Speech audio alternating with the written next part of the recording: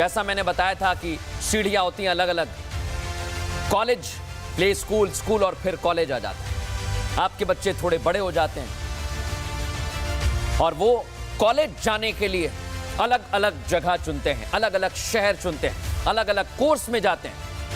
लेकिन सोचिए, बच्चे वहां भी सुरक्षित नहीं हैं और उन्हें तो नहीं पता कि जिस शहर, जिस कॉलेज में वो जा रहे हैं वो कितना सुरक्षित है। वो सिर्फ अपने विवेक से सोचते हैं कि यार मुझे तो इस कॉलेज में जाना है। आपसे कहते होंगे, आप अगर पेरेंट्स हैं, माता पिता हैं, तो आपसे गुजारिश करते होंगे कि मुझे उस कॉलेज में जाना है, उस शहर के, और आप भेजते हैं विश्वास के साथ, लेकिन विश्वासघात किया जा रहा है आपके साथ, आपको पता भी नहीं चल रहा है।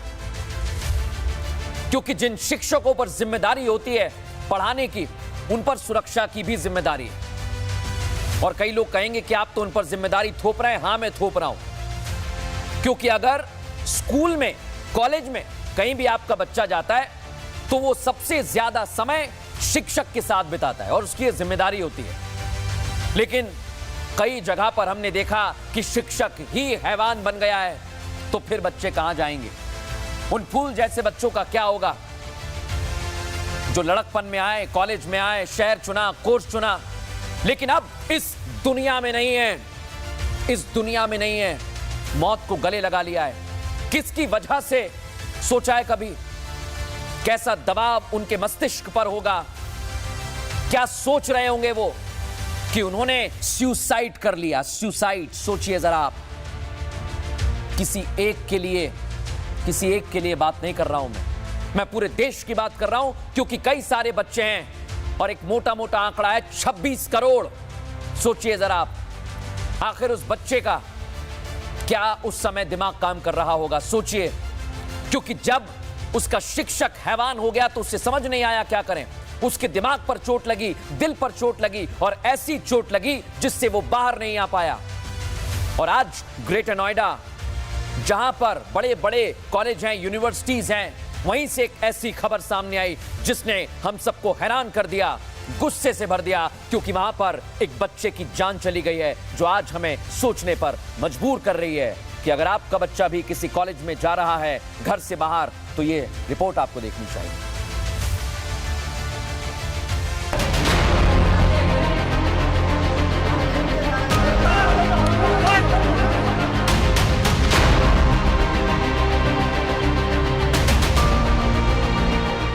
हम बार बार यही कह रहे हैं कि अपने बच्चों से बात करिए, उनकी तकलीफों को समझिए, उनका पूरा दिन कैसे बीता इस पर चर्चा करिए, क्योंकि बच्चे कहीं भी सेफ नहीं हैं। कोई प्ले ग्रुप में मारता है, कोई बच्चे के साथ वैन में रेप करता है, और कोई इतना प्रताड़ित करता है कि बच्ची आत्महत्या कर लेती है, और उसके बाद जवाब देने वाले चुप्पी साध लेते हैं। एडमिशन के वक्त कैंची की तरह जुबान चलाने वालों के मुंह पर ताला लग जाता है, और ग्रेटर नोएडा की खबर इसकी सबसे बड़ी गवाही दे रही है। ग्रेटर नोएडा की शारदा यूनिवर्सिटी की छात्रा ज्योति शर्मा ने फांसी लगाकर अपनी जिंदगी समाप्त कर ली और सुसाइड नोट में अपनी हर तकलीफ को लिख दिया। लिखा कि अगर मेरी मौत हुई तो उसके लिए पीसीपी और डेंटल मेडिकल के टीचर जिम्मेदार होंगे। महेंद्र सर और शेरी मैम मेरी मौत के लिए जिम्मेदार हैं। उन्होंने मुझे मानसिक रूप से प्रताड़ित किया, मुझे अपमानित किया। उनकी वजह से लंबे समय से मैं डिप्रेशन में हूँ। मैं चाहती हूँ कि उन्हें भी यही सब सहना पड़े। सॉरी, मैं अब और नहीं जी सकती। कॉलेज में पढ़ाने वाले टीचर्स ने एक और बच्ची की जिंदगी छीन ली, एक परिवार को सुनसान कर दिया। माँ जो बिलख बिलख कर रो रही है। कल बेटी को इतना टॉर्चर किया गया, ना पापा से बात करी है, ना मेरे से बात करी है। 5:15 बजे मैं फोन मिला, मेरी बेटी ने फोन नहीं उठाया है। मेरी बेटी को इतना प्रेशराइज किया है, ऐसे कर रहे थे कि तुम्हें फेल कर देंगे। मेरी बेटी को मारा गया है, यहाँ शारदा यूनिवर्सिटी वालों ने मारा है लटका के। उसको पर्सनल हिट करना था, क्योंकि वो अपोज कर देती थी बहुत सारी चीज़ों को। जब उनने बोला कि आपके साइन नहीं है तो आप मिला लो, तो वो उस चीज़ को या कुछ बोलते तो वो अपोज कर देती थी कि नहीं है, ये ऐसा नहीं है, जो आप बोल रहे हो गलत है। मतलब जिस बच्ची को परिवार ने पढ़ने के लिए कॉलेज भेजा था, उसी कॉलेज ने बच्ची को इतना प्रताड़ित किया कि उसको अपनी जिंदगी खत्म करनी पड़ी। और जब इस पर कॉलेज में छात्रों ने सवाल उठाए तो उनको पीटा गया। जी हाँ, पुलिस कर्मियों ने उनको जमकर पीटा।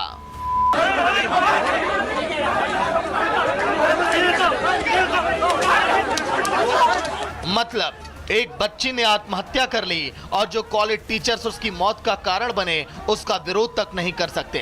और अभी जवाब तो उस कॉलेज प्रशासन से भी लेना था जो लाखों की फीस लेकर हमारे बच्चों को मौत के मुंह में धकेल रहे हैं, लेकिन जवाब वहां भी नहीं मिला। ये कैसे हुआ? मेरे को नहीं पता। अरे आई एम इतनी नॉट। बड़ी चीज हो गई। अरे क्या सिक्योरिटी है? Madam, what is the security? Madam किसी ने सुसाइड किया है? मेरे को नहीं पता। आपको कैसे नहीं पता? आप पहले मुझे बताइए कि इतनी बड़ी चीज हो गई, क्या सिक्योरिटी आपकी? क्या सिक्योरिटी है? What is the security? आप मुझे रोकने के लिए नहीं बोल सकते। ये इतनी बड़ी चीज हुई। I am not authorize to say anything. आप नहीं ऑथराइज नहीं है तो किससे पूछूंगी मैं? आप सिक्योरिटी ऑफिसर हैं। आप वीसी साहब। आप देख लिया आपने, चीफ सिक्योरिटी ऑफिसर की जुबान नहीं खुल रही है। आपकी बच्ची मर गई तो मर गई, मेरा क्या, मैं क्या करूं, मुझे नहीं पता। और वीसी साहब को पकड़ो, तो हम फिर वीसी साहब के पास भी पहुंच गए और वीसी साहब से भी वही सवाल किया, तो उनका जवाब भी जरा आप सुनिए। उस बच्ची ने कई बार कंप्लेंट की कि मुझे हैरेस किया जा रहा है। फिर मैडम प्रेस रिपोर्ट निकल गया है, अब इसको प्रेस रिपोर्ट से नहीं, इनको आपको प्रेस यहाँ रिपोर्ट लेके इनको नहीं दे नहीं नहीं प्रेस रिपोर्ट नहीं, आप जवाब मैडम नहीं, जवाब please। दीजिए ना। हमारा पीआरओ ऑफिस है, वो देगी नहीं जवाब। PRO नहीं, मुझे आपसे जवाब। सब लोग जवाब नहीं देते मैम। क्यों, आप क्यों नहीं जवाब देंगे? आप बड़ी पोस्ट पर हैं इसलिए। बड़ी पोस्ट वालों को ही तो जवाब देना है। बड़ी पोस्ट वालों को ही तो जवाब देना है ना। बताइए, जब वो बच्ची शिकायत कर रही थी तो उस पर एक्शन क्यों नहीं लिया गया?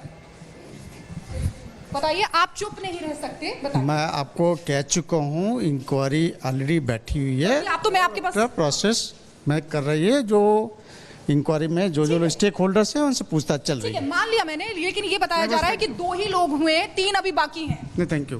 3 अभी बाकी हैं सर। आपने सर आपके हाथ जोड़ने से नहीं होगा।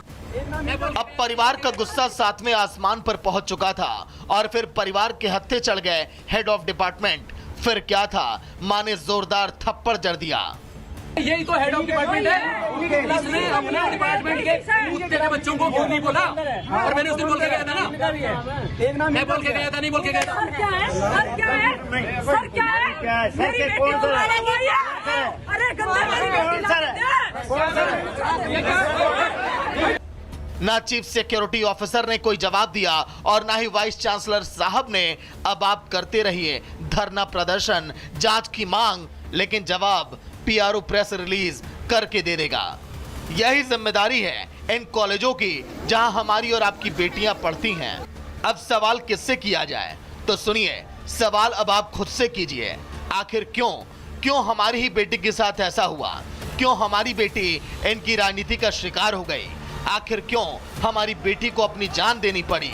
क्या लाखों करोड़ों की कमाई करने वाले इन कॉलेजों की कोई जिम्मेदारी नहीं है?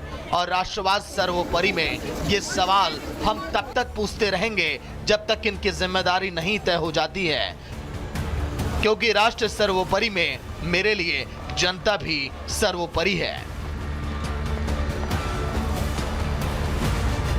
हमारे लिए जनता सर्वोपरि, आपके बच्चे, उनकी जान हमारे लिए मायने रखती है। इसलिए